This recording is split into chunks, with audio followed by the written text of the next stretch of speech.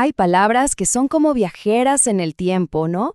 Cruzan océanos y, bueno, en el camino se transforman por completo. Hoy vamos a meternos con una que es fascinante: bárbaro. Una sola palabra que, a ver, dependiendo de dónde la escuches, puede ser un insulto terrible o el mejor cumplido que te puedan hacer.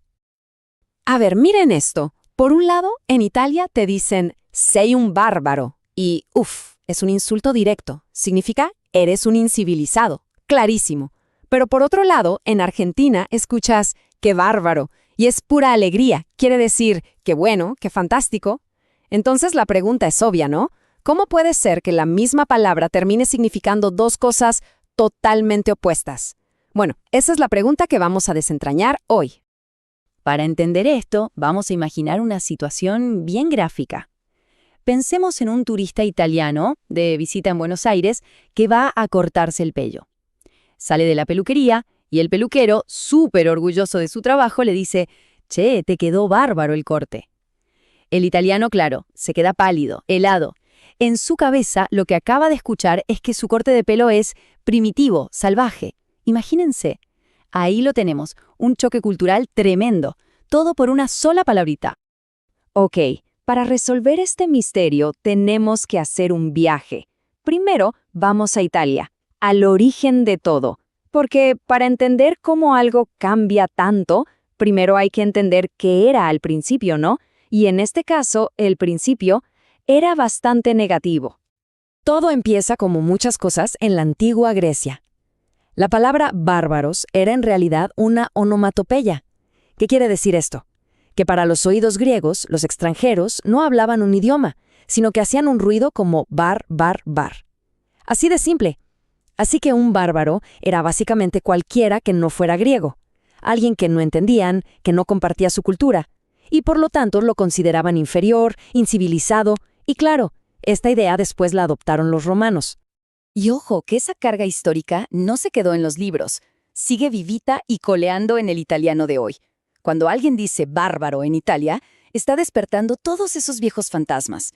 No se trata solo de ser extranjero, sino de ser tosco, incivilizado, primitivo, hasta feroz o cruel.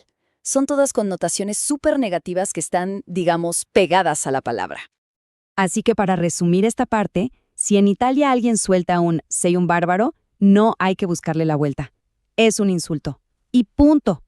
Es un ataque directo a la falta de modales, a la falta de cultura. Una palabra de verdad con un peso negativo enorme. Bueno, ahora sí, abróchense los cinturones porque vamos a cruzar el océano de vuelta. Regresamos a Argentina. Y aquí es donde la historia de esta palabra da un giro de 180 grados. De verdad, uno de los cambios más locos e inesperados del español. Porque en Argentina, bárbaro es todo lo contrario. Es una palabra súper común del día a día y se usa para expresar algo buenísimo.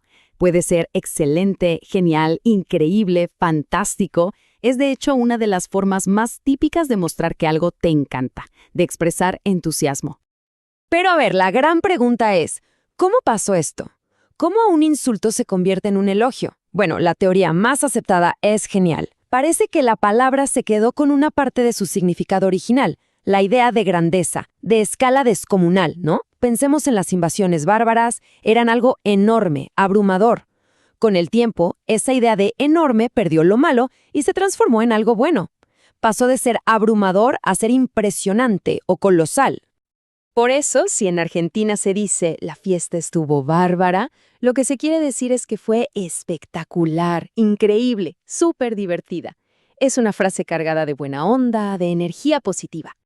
Y lo más interesante es que la palabra es súper versátil. Decir «está bárbaro» es como decir «está genial, perfecto».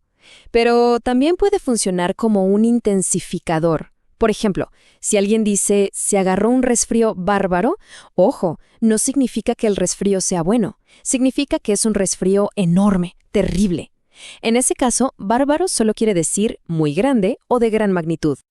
Ok, ya vimos los dos caminos, ¿no? Súper distintos que tomó esta palabra. Ahora vamos a ponerlos uno frente al otro, para que el contraste quede más claro que el agua. Y el contraste es brutal. Miren, en Argentina, El significado principal es excelente, la connotación obviamente positiva, y su registro es del habla de todos los días. Ahora, en Italia, el significado es incivilizado, la connotación es totalmente negativa y su uso es, bueno, más histórico, más formal. Es que es literalmente la misma palabra viviendo en dos universos paralelos. Pero esta historia de bárbaro no es solo una anécdota simpática para contar. No, es un ejemplo perfecto de un proceso lingüístico mucho más grande, uno que a los expertos les encanta estudiar. Este fenómeno tiene un nombre, se llama inversión semántica, y es exactamente lo que suena. Pasa cuando una palabra, con el paso del tiempo, le da la vuelta a su significado y termina significando lo contrario de lo que significaba al principio. A veces de negativo a positivo, como en este caso, o al revés. Y bárbaro es, de verdad, un ejemplo de manual. Y creo que esa es la gran lección de todo esto, ¿no? Que las palabras no son objetos estáticos, fijos en un diccionario.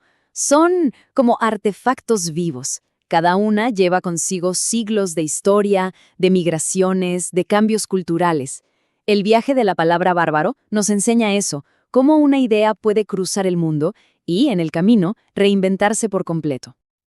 Y claro, todo esto nos deja pensando, ¿qué otras palabras que usamos todos los días sin pensar tendrán una historia secreta? Un pasado oculto, una transformación tan increíble como la de bárbaro. El lenguaje está lleno de estos misterios, esperando a que nos pongamos a escarbar un poquito.